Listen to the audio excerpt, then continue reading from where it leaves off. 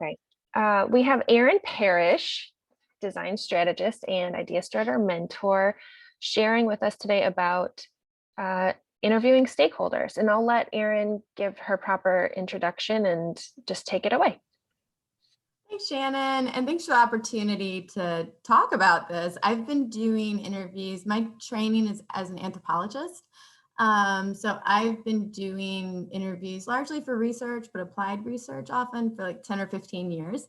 So it's something I really love to do, and I've learned a lot of things of what not to do by doing them. So this is a nice experience for me to think about and reflect on the lessons that I've learned in this process myself.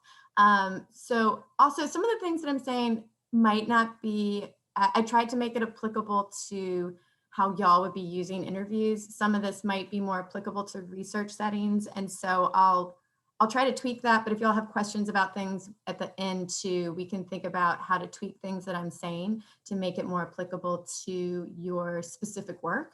And also, this is a joy for me to think about and help people interview well and capture people's stories and people's wisdom well. So my door is always open to talk to folks about this. So with that said, let me narrate all the things I do next, because that really helps. Okay, can y'all see? Oh, now I gotta, you know what? I'm gonna just leave this with the slides so that you can see, because then I get confused if I do it in present mode. So apologies. Sounds good. Thank you. Yeah, so we really love metaphors in Ideastarter, and Shannon had this really great metaphor of the theater and around how you design visual communications, and it actually seemed to work really well for interviewing. And so I broke it down into different stages, and each one of these stages are basically as important as the next. You want to start with, what's your concept? What's your topic? Why are you doing what you're doing? Setting the stage, and writing the script is actually a subset of setting the stage, but how are you going to do what you do? What are the nitty-gritty pieces and steps you're going to take? Writing the script is how you write the interview questions, and that is a super, super important piece. So that's why it was its own kind of subset for setting the stage. Showtime is the interview itself. And actually this last one should be the reviews instead of the after party, because it's like how you review how the show went. But a party is so much more fun than a review. So we're going to call it an after party. Okay, so your first piece, you've actually done a lot of that work already. It's thinking about, like, why do you want to talk to people? You know, what do you want to learn? What's your goal? And that's like, what's your problem statement, right? And then think about, like, who are the people who could help you along the way? Who are the experts? Who are your wisdom holders? Who has knowledge that you really want to understand and share with others? And that's how you're sketching out a stakeholder map of people to talk to. You know, sometimes having multiple people in an interview can be helpful. So if you're making a stakeholder map and you're seeing connections between people who might be interesting to get in a room together, this can be an opportunity to do an interview with multiple people as well. Okay, so setting the stage. This is thinking about, like, what are your goals for the project overall? What you want to think of these like broad, open-ended goals for your project at this stage. How do you want to talk to people? You've already thought about who you want to talk to. How do you want to talk to them? You know, in the olden days, I would say always try and go to people where they are, because you learn as much with your eyes as you learn with your ears, sometimes, or your nose, your body. Like, understanding people's experiences is it's a sensory experience, and we're losing that, we're losing that in this. So if you have an opportunity to go to where someone is and talk to them there, that's what you want to do, because you can ask them, like, show me how you do this thing that you do. A lot of people are much more practical than verbal. And so sometimes getting them to show you things really get them thinking and talking. You know, there are also benefits, though, in what this reality is. If you're going to talk to someone by Zoom or talk to someone over the phone, it can be really easy to record what they're saying, because this is another piece that's really, really important, is how are you going to record your interview? If you're going to where someone is, then sometimes it can be harder. It can be harder to take good notes, right? So you're going to want to think about how you're going to capture the moment, and that's going to depend on how you're talking to them. And oftentimes it's good to record in multiple ways, right? So you could record like we're doing on Zoom and take notes at the same time. You could record with a voice recorder and have a notepad and take written notes, or have your computer and type. I personally type everything. Like I basically am like a stenographer while I do an interview, but that's like how I do things.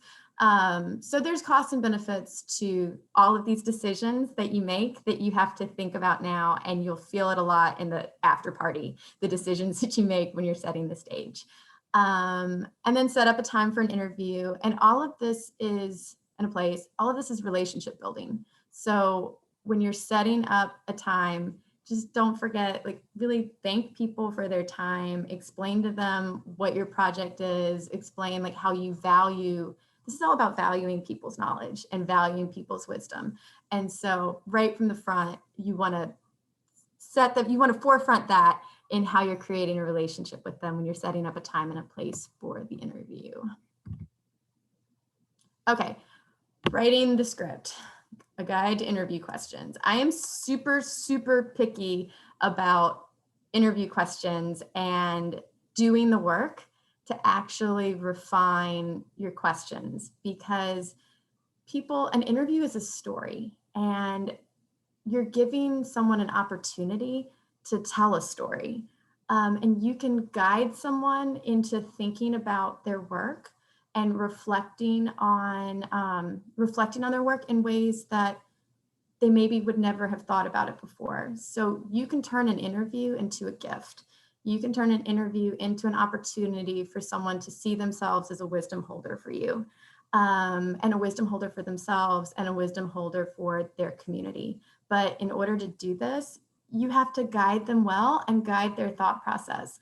I get really frustrated with interview questions that aren't guiding people through a thought process or are repetitive. So then you're asking that are confusing. So you really want to spend time in refining the kinds of questions that you ask people. I try to make a narrative arc to my questions, because it's a story, right? And so I start from the past, ask about the present, and then end with the future.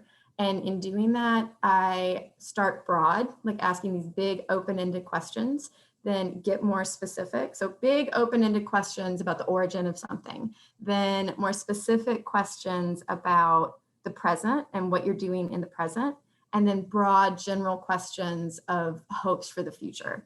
And this is just guiding people into thinking about these things that they're doing every day that they have maybe not ever taken the time to put into narrative form. And if you give people a structure for that, it's actually going to help them in thinking about and understanding why they do what they do and how they can do their work better.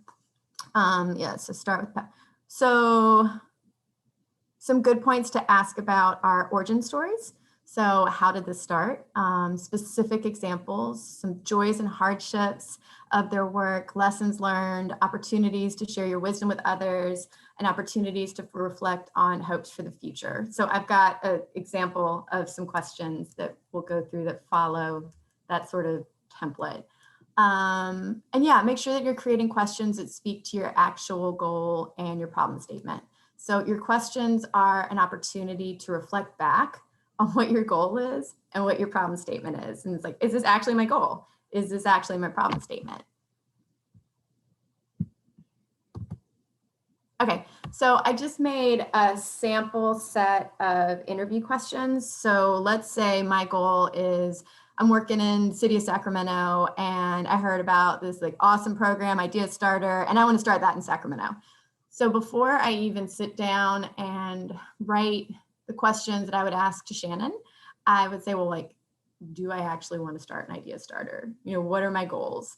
And think about that first, right?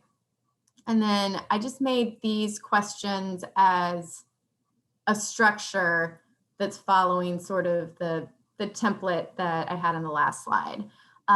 So what I would do something like this if I were interviewing Shannon. Tell me how Ideastarter began and why it started. Can you share an example of a project and the process it took from start to finish? What aspects of Ideastarter have worked really well? What's given you the most joy? What aspects of Ideastarter haven't worked really well? What's frustrated you the most? What lessons have you learned from Ideastarter that you'd most like to share?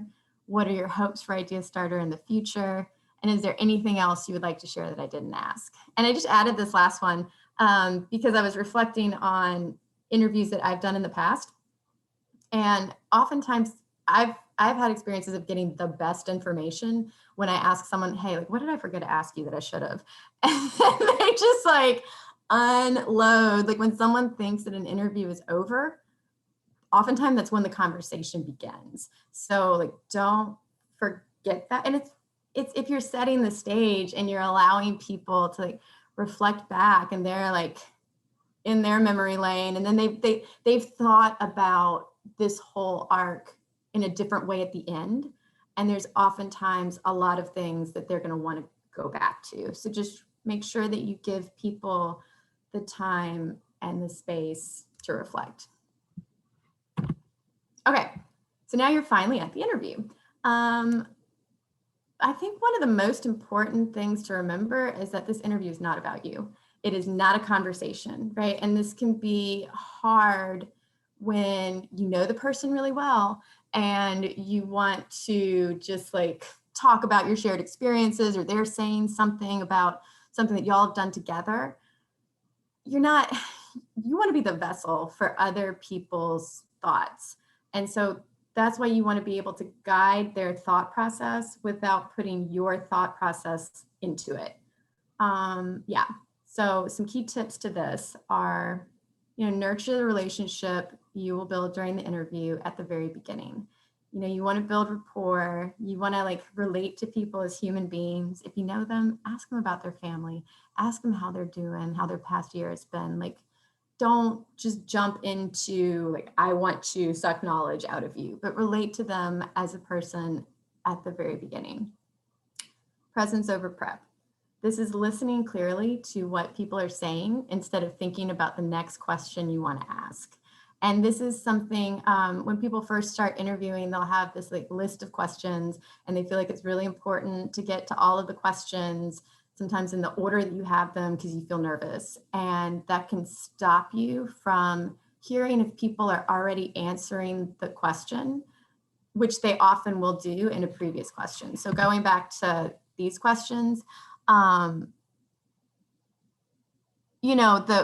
when I would ask what aspects of Ideastarter have worked really well, there's a high chance that Shannon will tell me then what hasn't worked well and what she's learned, right? So you just want to make sure that you're listening to what people are saying and if they're already answering the questions that you've asked. And that's just like active listening is really your goal here. So be the vessel for other stories, not the narrator of your own. I already talked about that, but this is kind of a pet peeve of mine because it can be really easy to just be like sitting back and having a conversation. And if you're trying to like really get good information out of this that's usable, you need to center the person that you're talking to. Don't be scared of silence. This is also super, super important. Oftentimes, and it's not a conversation, right? Oftentimes silence is very full. It's not an empty space. And so you want to give people the chance to think through and process what they're doing in that silence. And we can feel uncomfortable with that and want to jump in and fill that space with our thoughts or our expertise. And then you're blocking someone from being able to share their wisdom with you. And basically all of this is about respect. All of this is about respect of the person's wisdom and creating a really comfortable space for them to share their wisdom with you. Give yourself enough time. You don't want to feel rushed. Like nobody, if you're asking people about their work and things they really care about, and then they feel like you're trying to get out the door because you have a next meeting you have to run into, they're not going to feel that respect, right? So just make sure that you block out more time than you would expect. And then this gives you that opportunity that at the very end, when you think the interview's done, if it's another 30 minutes and that's where like really great things are happening, you won't feel stressed out about that. Record the moment well and recognize when someone drops a wisdom bomb, because they will. And when they do, it's like you can actually physically feel it sometimes when someone says, when they like crystallize exactly what a problem is, or they just have this like beautiful language to describe something that you've never thought about. So, you know, you can stop an interview and say, hey, can you repeat that? And make sure that you're writing things down really well.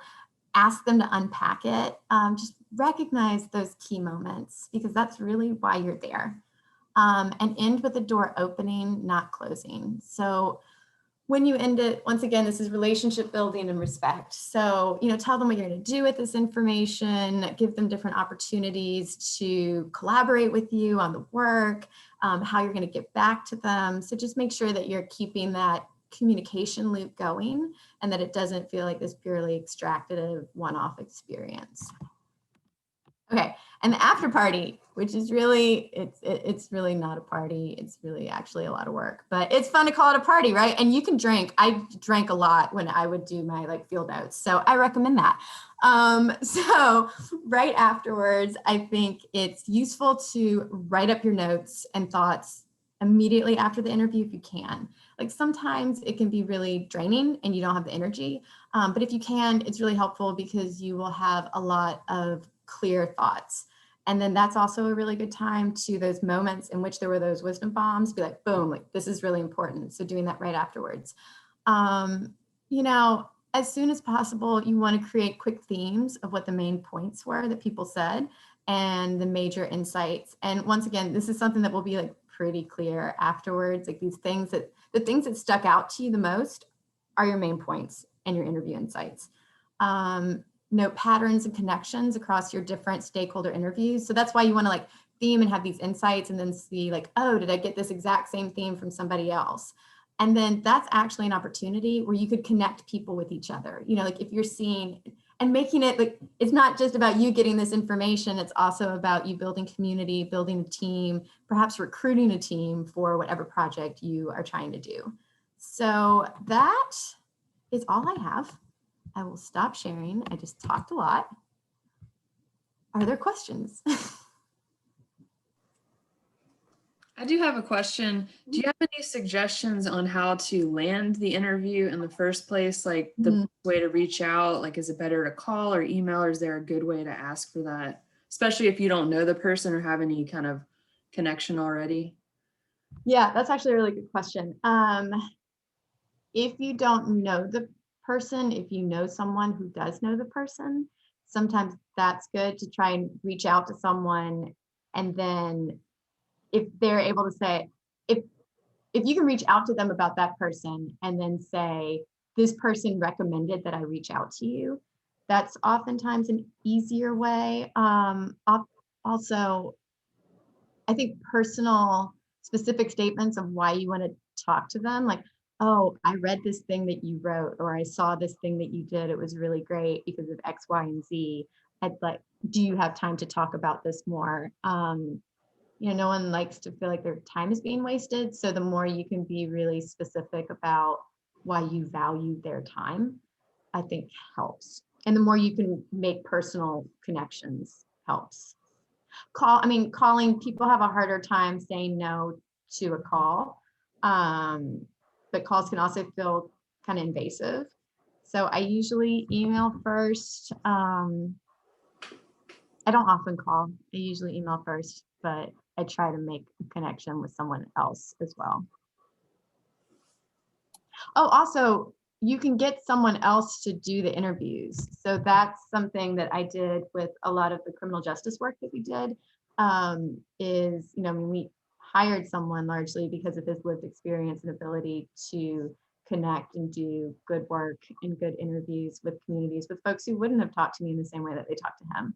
And so interviewing is not, it's not rocket science. You can train some folks to do this work and then they can do the work for you. You can pay them to do the work. So those are a couple of tricks that I've used. Sort of along those same lines about reaching out to people.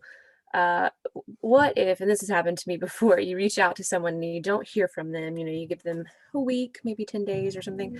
And what I've done, because I'm impatient, I will find another person that is, or either like email them again. Sometimes I'll just email again, and then I give that maybe a couple days. And then I'll try to find another person that is in that same area or doing that same work. Maybe they work together, and then reach out to them. And I don't know if that seems a little pushy or a little distasteful, because they probably interact with each other and maybe they both have seen, they can talk to each other about getting that email. And I didn't want to like go around people, or if that seems like it's not a classy way to go about it. But if you have any recommendations, that would be nice. Or Aaron, stalk them. Stalk those people. It is okay. Stalk them a lot. Not you. Okay. Bobby and I have two different approaches.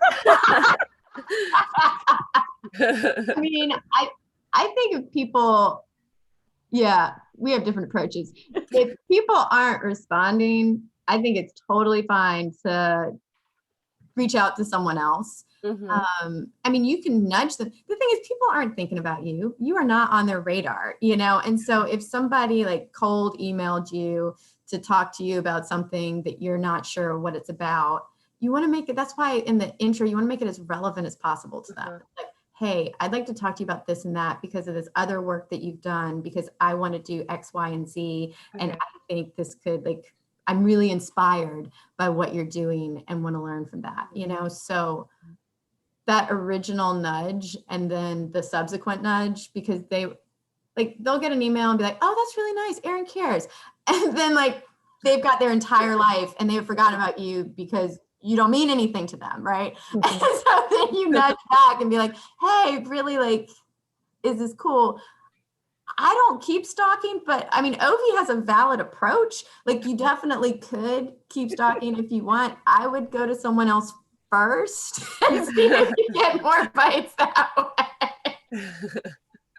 I probably should give a disclaimer. Like, I'm not a huge stalker because I'm stupid. And so I really probably have about 2 asks in me before I'm like, all right, forget it. I don't want to talk to you anymore anyway. Yeah. But I just meant, just don't, I guess there's a very fine line, and this probably piggybacks on what Aaron is saying. And I don't have my camera on because I'm having a bad hair day today. So there's that. But I am paying attention.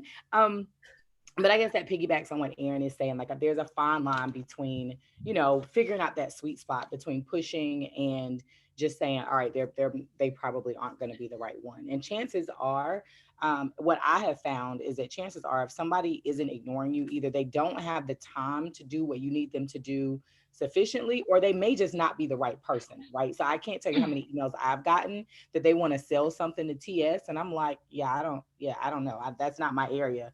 And I probably should respond to them and tell them it's not my area, but it's easier to just move on and hope that they'll move on too. So I think finding that sweet spot is probably the biggest thing. I might add to, like, is it bluff bottom line up front, especially if you have explanatory things. I've been sometimes, especially in this like Zoom world, where I'll be like, do you have time in the next week for a 30-minute Zoom call, so that they can just real quick know what I'm asking for and what I want from them. And 30 minutes sometimes it is like a good enough start to get them to maybe want to talk to me more. Aaron, I also really love how you, at the beginning, how you spoke about that interview being a gift, or like the gifts that come from them, and that like sort of reciprocal gift, like that resonated really deeply. And it makes me think about, I mean, it shows up differently depending on, what the project is or what your goal is. But in a good interview or a good number of interviews could totally shift the way you're thinking about an initiative, the problem. It really has like surprises involved. And so, yeah, when that happens, like when those wisdom bombs, however you described it, happen, you can like feel it. You're like, oh, my perspective is totally shifted. And sometimes that changes how you actually even, I mean, in this case, it might change how you prototype or what you decide to prototype. So How do you know when you've interviewed enough? Like, how do you know when you're Wrong person to ask that. You were talking, I've interviewed a lot of people. I mean, for your, it depends on what you're working on. I'd say for your purposes, I can't imagine you needing to interview more than 5 or 6 people, because you don't have that much time. You know, I mean, and I think when Shannon gets to the user persona piece, that's going to be helpful too, because you want to make sure that you're covering the like range of stakeholders and that you're not leaving a stakeholder out from your conversation, your perspectives, because then you can get all this like wisdom that's really one-sided or two-sided or three-sided, when maybe that 4th or 5th side are actually the key sides, right? So I think in doing that, your stakeholder map, even though you haven't done the user personas yet, in thinking about like, what does this stakeholder represent and what piece of this larger puzzle do they represent? I think once you've gotten everyone that as much as possible that fits those different pieces, you have done enough for this. And when should we be doing the interviews? Is that what we should be doing now, or is that like throughout the process? So that is a great question. Basically, yes. So I'll follow up with each of you, but the stakeholders that you've started to pull in or to think about, you can begin reaching out. I found also the earlier that you start to develop those relationships, especially the key relationships, that'll just be helpful. And, you know, Erin gave us like a really great in-depth structure for how to do more like exploratory interviews, but you can also use them as touch points throughout the process, like user testing, prototypes. So short answer is whenever you're ready to reach out, and I'm going to start nudging everyone to think about that so that you can get those started. And some of what I laid out is really like a research process in order to design that is a longer process. I think for what you're doing in thinking about like how to make the interview gift, how to make it useful, some of this can be thinking about how am I trying to recruit people to my team, or how am I trying to fulfill goals that I know this person has? How am I trying to help them actually meet their goals? So I think you can think about that in the back of your head when you're having those conversations, and make sure that they are aware of the fact that like, oh, well, I met this person who could help you with this. Just to think about how practical and how many different buckets that space can fill for this purpose. I got a quick just a little say so. Aaron, your last point on your slide was in with the door opening, not closing. That's a very important thing. And also, you know, as far as getting to know the person, you know, as a person, not just business like, because even though you're scheduling the interview with the stakeholder, that interview can also be your introduction to them, you know, let them know what you're all about also, and that you're on board with them. So not just, you know, focus on the stakeholder, but also, hey, this is my introduction to you. I'm here, I'm coming. So yeah. Yeah, it's relationship and respect. I mean, I think those are the two. I mean, just hold those two, you'll be fine. Respect people's time, respect yourself, build like respectful relationships that are meaningful, that are hopefully sustainable, that you're planting a seed that can grow into something that is a meaningful relationship. And take good notes. Don't walk out there. Don't walk out there. And this is the whole like, oh, it's a conversation. No, like take good notes so you're not walking out thinking you're done, because you're not done. That after party is actually the synthesis and review. Get a bottle of wine, whatever. But you need that. So take good notes. I'll speak more directly about this too, but the good notes thing, like, I don't know if you heard that, but it's like, take good notes. Especially, and this is not necessarily as intuitive, but the closer you can get to quoting your person and not necessarily trying to transcribe the entire thing, but when someone hits something really relevant, the better you can get to what they're actually saying. So you're not filtering it through your interpretation immediately. You're trying to grab those facts that come straight out of their mouth, and then differentiate that from like how you're interpreting it. Just on a practical basis, like if you type fast, bring your computer and type fast, because that's going to make it way easier to process. If you record something and think you're going to go back and listen to that recording, or that you're just not going to do it, you know? So, and don't roll up there with like a notepad and like 3 words and some doodles and think that you've done something that's going to be productive, because it's not. But you know, like you can get into it, it's like, hey, and the conversation is great. And that's what I'm saying, it's not a conversation. Like you're getting knowledge from someone and you're creating a space for them. So we are slightly over time, so I want to respect everyone's time, unless there are more questions. Otherwise, I think Erin is more than happy to maybe follow up and email